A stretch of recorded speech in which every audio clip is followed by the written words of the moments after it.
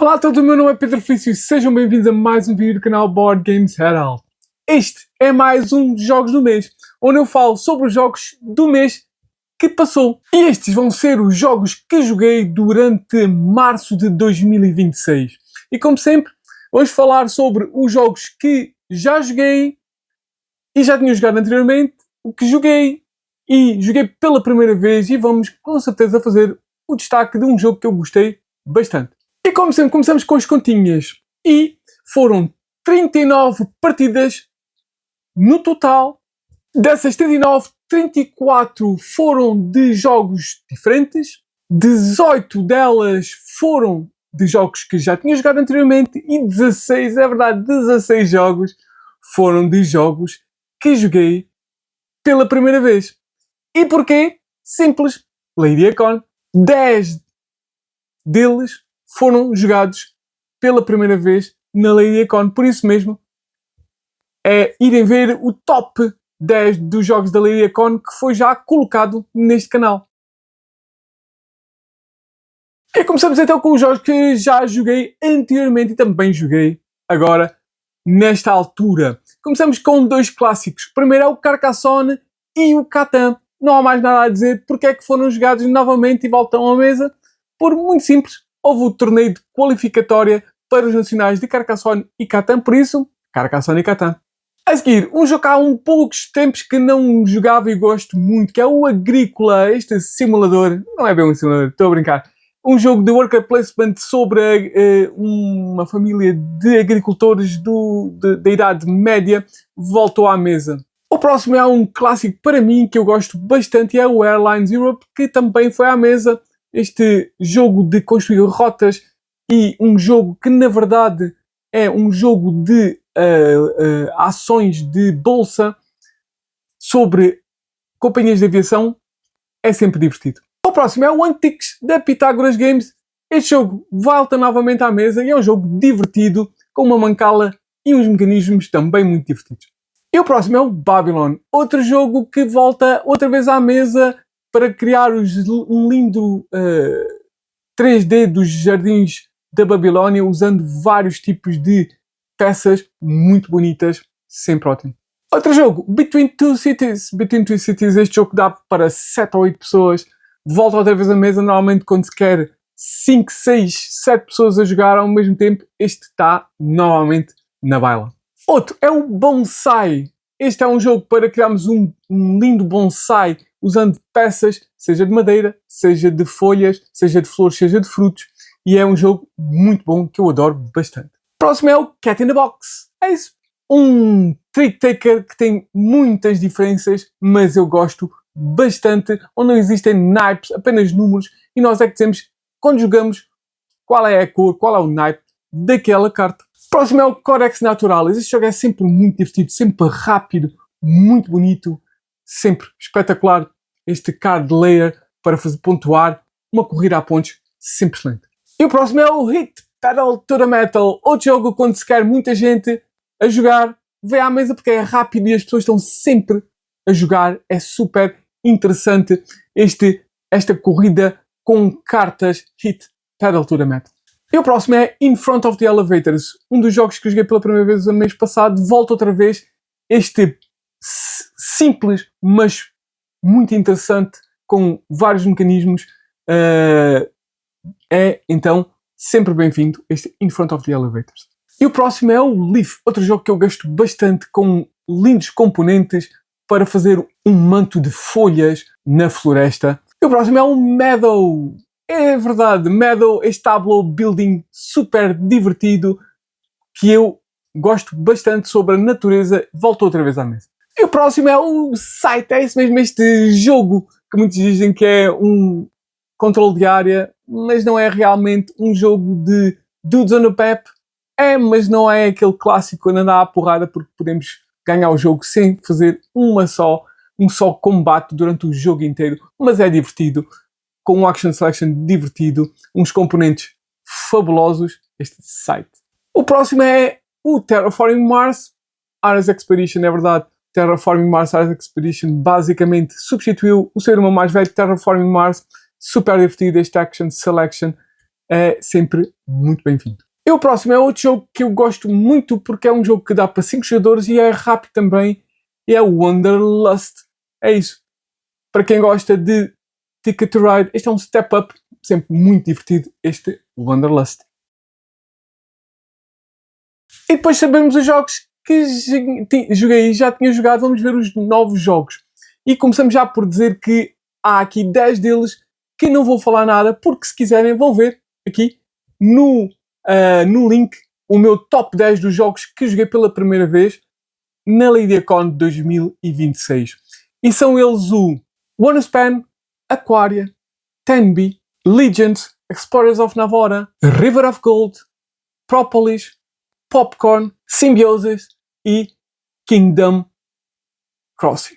É isso. Estes jogos já foram falados extensivamente, portanto não vou entrar. Vamos falar dos que foram jogados e não foram na LadiaCon. O primeiro é então o 13 Leaves. 13 folhas. É isso. Isto é um jogo sobre fazermos então um card sharing. Isto é, ver nos livros das cartas primeiro que os nossos adversários. Mas é um pouco diferente dos card sharing normais, porque na verdade o nosso card sharing não vai ser como quase um trick taker para jogarmos sempre cartas maiores, grupos de cartas maiores. Não. Vamos criar uma linha no centro da mesa de cartas e vamos ter que sempre jogar uma carta que é maior, ou um grupo de cartas que é maior, ou menor, ou igual às cartas que estão lá.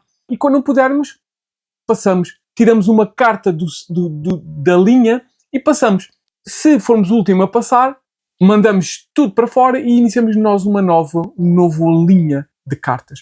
Portanto, é um card sharing diferente, um pouco diferente, bastante diferente do Tenchu, do Epimochi, porque na verdade as cartas estão sempre à mostra na mesa e nós vamos então sempre ter a opção, quantas temos, claro, de jogar uma ou mais cartas menor, uma ou mais cartas maior, mas nunca podemos jogar cartas entre meio. Mas podemos jogar cartas iguais à carta menor e à carta maior, colocando-a por cima. Portanto, nós temos aqui uma coisa muito interessante. Será que jogamos todas as cartas neste momento? Ou jogamos só algumas cartas, mas depois se alguém jogar a carta menor, nós queremos sempre ser os últimos a ficar, porque depois começarmos a jogar uma nova mão logo a seguir. E se calhar deixa-nos ver livre das cartas, de uma carta que está muito difícil de nos vermos livre, ou então conseguimos jogar um grupo de cartas e ficarmos sem mão. Portanto, é um card sharing com vários twists que diferencia bastante da maior parte dos card sharings e gostei sem dúvida deste 13 Leaves, só mesmo porque é um pouco diferente. Tem uma arte curiosa, muito pequenino, este 13 Leaves. E o próximo é o Fibonaccios. É isso mesmo. Este é um trick taker também com alguns twists. Aqui vamos jogar por cartas. Isto é, vamos jogar tricks por cartas. E tem várias nuances super curiosas. Vamos ter que jogar cartas e tem que ver com o número de Fibonacci. É isso. As cartas que temos na mão têm a ver com o número de Fibonacci, tem sequência de Fibonacci, e nós queremos ganhar as cartas que estão no centro, ou vão aparecer cartas no centro. E as cartas no centro vamos ganhar pontos se as cartas que no final da nossa mão, da mão de cartas, depois jogamos várias vasas, vamos ganhar mais pontos se as nossas cartas fizerem um número de Fibonacci, fizerem parte de uma sequência de Fibonacci. Portanto, é um trick taker com uns twists interessantes, diferentes, muito matemáticos, assim se possa dizer, que eu gostei porque faz pensar um pouco diferente do que estamos acostumados em termos de ter que ganhar ou não ter que ganhar, porque nós podemos não querer ganhar porque também ganhamos pontos, por isso não ganhamos ganhar vários tipos, ou temos que saber quais são exatamente as vasas que temos que ganhar para depois ganharmos bónus, porque temos feito um número na sequência de Fibonacci. Muito interessante este Fibonacci, para quem gosta de trick takers e quer um bocadinho mais muito bom. E já agora continuamos com mais um Trick Taker e foi o Fishing. É isso mesmo, este é um jogo que eu já tinha desde que saiu em Essen 2024. Finalmente consegui ir à mesa e é um jogo muito curioso. E aqui então vamos...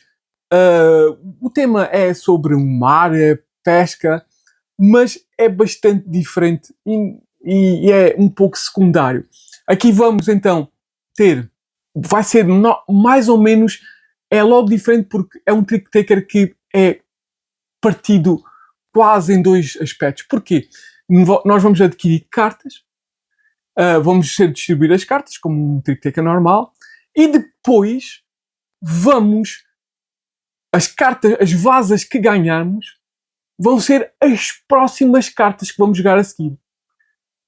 E essas vão nos dar pontos. Mas se não ganharmos essas cartas, vamos buscar cartas mais poderosas que nos vão dar habilidades especiais e vão ser de um número maior. Portanto, nós queremos ganhar vasas para pontos, mas ao mesmo tempo não queremos ganhar tantas vasas porque também queremos cartas melhores que nos vão dar mais pontos ainda.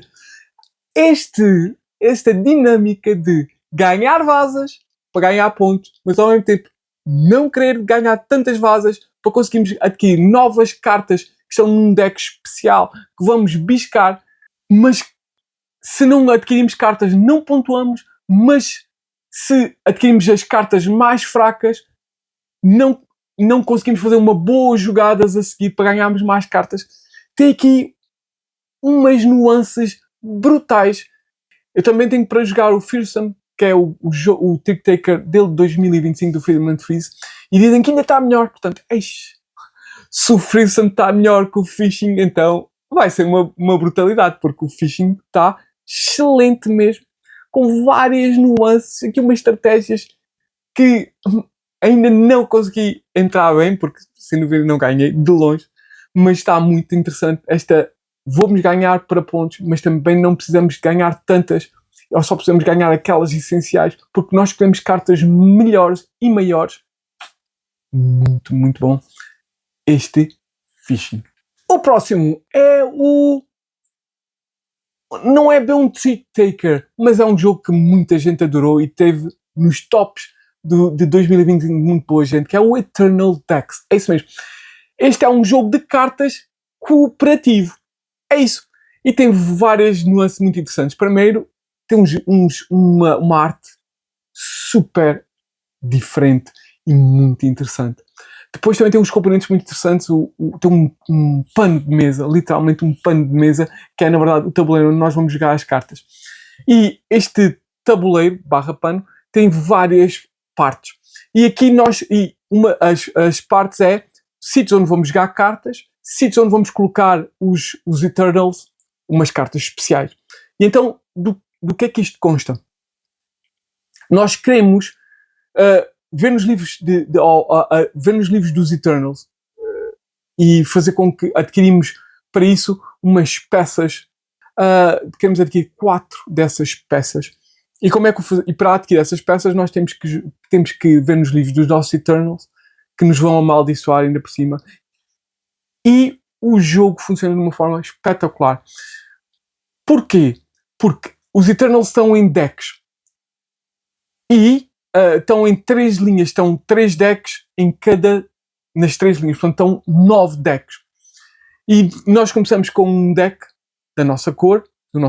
E vamos ter que jogar numa linha de cartas que essas 3 linhas têm requisitos ou têm regras. E nós só podemos jogar as cartas dessa forma. Ainda existe uma 4ª linha de cartas que não interessa, não tem regras. Mas se jogarmos muito, aí vamos adquirir uma carta que é boa, que é uma carta que vale qualquer coisa, um wild. Mas se formos buscar todas essas cartas, perdemos. Mas se em alguma vez formos jogar cartas e não tivermos cartas para jogar numa das regras, todos perdemos. Portanto, nós não queremos ficar sem cartas. Não queremos, e temos que jogar cartas certas. E o que é que significa ficar sem cartas? Como eu já disse, é que fora de cada linha tem decks. 3 decks. Portanto, nós queremos jogar cartas, até preenchemos aquela linha para uma das pessoas que está a jogar adquirir aquele deck, porque é a pessoa que meter a última carta nessa linha vai pescar esse deck. E aí vai começar a jogar com esse deck, vai adicionar esse deck às cartas que tem, se ainda tem algumas, e vai começar a jogar com esse deck. Esse deck vai ter cartas com uma certa habilidade, e essas cartas também trazem um Eternal. Esse Eternal é uma das formas de ganhar, mas ao mesmo tempo traz uma penalização, uma maldição que não deixa jogar cartas de certa cor, não deixa jogar cartas de certo valor, e nós queremos apaziguar os Eternals jogando cartas de forma a conseguirmos colocar lá nessa, porque ele tem também uma condição para acabar com a maldição, para quebrar a maldição, e se jogarmos cartas para quebrar essa maldição, é uma forma de fazer com que os Eternals sejam apaziguados, e eventualmente a cada 2 Eternals apaziguados vamos ganhar uma das pedras especiais, místicas, para ganhar o jogo. Tem aqui tanta envolvência, mas o jogo está muito, muito bom, e fico muito contente de dizer que consegui ganhar. Muito, muito bom. Houve ali umas tensões grandes, mas eu gostei muito deste Eternal Dex. Sem dúvida, muito bom. E acredito que pessoas que gostem destes jogos esotéricos, diferentes, e que também gostem de jogos cooperativos, este Eternal Dex vão adorar. E o próximo é outro jogo de 2025 que também estava no top 10 de muitos jogos, ou muitos reviewers, e é o Moon Colony Bloodbath. É só o nome. Dá por entender que é sempre um jogo muito diferente. E é, sem dúvida, um jogo muito diferente. Este Moon Colony Bloodbath é um jogo que começa logo. Primeiro é do Don Alex Vaccarino, que é o criador do deck builder clássico. Mas, na verdade, este Moon Colony Bloodbath é um deck builder, mas novamente diferente. Então aqui cada um de nós vai ter uma base lunar, e o nosso objetivo, na verdade, é ser os últimos a serem destruídos. É verdade, é serem os últimos a nossa base lunar ser destruída. É Last Man Standing. Então nós vamos adquirir um deck nosso, e ao mesmo tempo vai haver um deck no centro, que é na verdade o deck builder disto, onde vão ser viradas cartas, e essas cartas é que vão ditar o que é que vai ser feito. Portanto, vai haver cartas que vão dizer vamos trabalhar, há cartas que vão dizer que vêm aí perigos, então há vários tipos de cartas que vão permitir fazer coisas. E quando temos de trabalhar, podemos construir edifícios que vão fazer combos, vão permitir fazer ações nossas, diferentes, de adquirir recursos para comprar mais cartas, para alimentar a nossa Moonbase.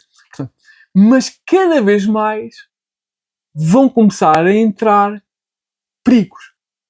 Aqui acho que eram os robôs que estavam a coisa, iam começando a destruir.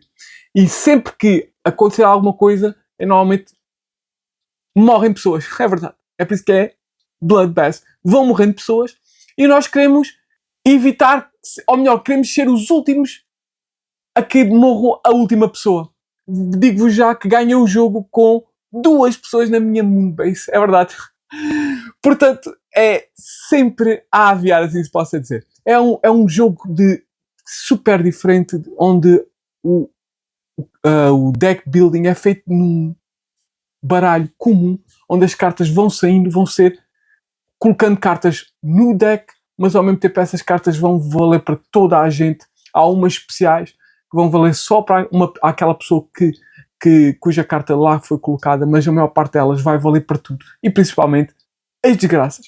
É um jogo sem dúvida diferente de tudo o que eu já joguei, e foi divertido, sem dúvida. Vai estar no meu top 10 ou não deste ano, não foi do ano passado, só deste ano, ainda vou para ver, mas é sem dúvida muito divertido. Mas tem que haver um espírito diferente, porque não é um jogo de construção, é um jogo de construção, mas também de destruição. Se não se importam daquilo que vocês construíram com o vosso suor seja destruído, assim, do nada, não joguem. Se não se querem mesmo aquela diversão, joguem, porque este jogo é muito divertido. Moon Colony Bloodbath. E o próximo é o Wayfarers of the South Tigers. É verdade, este é o primeiro da trilogia que terminou, se não estou enganado, o ano passado, que é o South Tigers, que tem a ver com a cultura árabe. E este é o primeiro. E é um jogo que tem vários, inúmeros mecanismos, mas a principal coisa que é um tableau building. Aqui vamos usar cartas que vamos explorar o mar, vamos explorar a terra e vamos explorar o céu. E isso vai nos permitir pontuar de várias formas. Vamos também ativar as várias cartas já colocadas e é uma espécie de um worker placement, porque as cartas que temos vão nos permitir pontuar de várias formas, mas também vai nos dar ações cada vez diferentes e de preferência melhoradas. Portanto, é um jogo que, sem dúvida, é complexo, é diferente daquilo que já joguei até agora, e é um jogo de um engine building onde cada vez nós queremos melhorar as nossas ações. Além do mais, ainda tem uma espécie de um tabuleiro pessoal que, além da exploração que também é pessoal, temos um tabuleiro ainda pessoal onde vamos metendo peças para depois melhorar as nossas ações de viajar, de construir, etc, etc. Existe de escrever, de publicar. Bem, é um jogo com uma complexidade profunda, mas que ao mesmo tempo é muito satisfatório em termos de construção. As cartas vão nos dar símbolos, os símbolos são necessários para conseguirmos fazer melhorias nas nossas cartas. Portanto, as cartas são, como diz, um engine building, porque nós necessitamos de cartas para as ações serem melhoradas, mas ao mesmo tempo necessitamos de cartas para darmos símbolos. Portanto, temos ali ver qual queremos uma ação melhorada, queremos símbolos, porque a maior parte das vezes as cartas ou fazem uma coisa ou fazem outra. Mas é sem dúvida um jogo complexo, ainda por cima tem a ver com a pontuação, ainda a parte do céu, temos a parte de explorar as estrelas, explorar a abóbora celeste com estrelas e cometas, etc, etc. Ainda vai aumentar isso, porque isso normalmente tem a ver com as pontuações. É um jogo complexo com N mecanismos enviosados que, sem dúvida, dá para pensar bastante. Eu gostei do jogo. Alguns mecanismos parecem um bocadinho convolutos e em demasia complicados, que eu achei que poderiam ser um bocadinho simplificados e mantido a profundidade na mesma. Mas, seja como for, foi um jogo que eu gostei e só aconselho a heavy gamers mesmo, este Wayfarers of the South Tigers. E o próximo, e o destaque, é o Newton. É isso, finalmente consegui jogar este Newton. E digo já que, sem dúvida, é muito, muito bom. É um jogo com vários mecanismos e, na verdade, no fundo é um action selection. Aqui vamos então ter várias formas de pontuação. Nós vamos ser cientistas, vão querer andar por a Europa, fazendo vários tipos de lectures. Vamos poder fazer várias subidas em trilhos, tem a ver com ciências, etc. Mas tudo tem a ver com cartas. E nós queremos cartas. E essas cartas vão nos melhorar cada vez mais e vão nos permitir fazer mais ações.